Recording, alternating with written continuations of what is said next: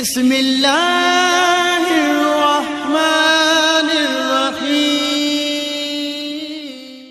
السلام علیکم ورحمۃ اللہ وبرکاتہ۔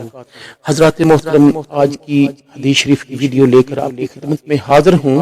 ملاحظہ فرمائیے گا، حضرت عبداللہ بن عمر بن عاص رضی اللہ تعالی عنہما سے روایت ہے کہ انہوں نے نبی اکرم صلی اللہ علیہ وآلہ وسلم سے سنا، آپ فرما رہے تھے جب تم مؤذن کو سنو تو اس طرح کہو جیسے وہ کہتا ہے، پھر مجھ پر درود بھیجو، کیونکہ جو مجھ پر ایک دفعہ درود بھیجتا ہے اللہ تعالیٰ عز و جل اس کے بدلے میں اس پر 10 رحمتیں نازل فرماتا ہے۔ اللہ تعالیٰ سے میرے لیے وسیلہ مانگو، کیونکہ وہ جنت میں ایک مقام ہے جو اللہ کے بندوں میں سے صرف ایک بندے کو ملے گا، اور مجھے امید ہے وہ میں ہوں گا۔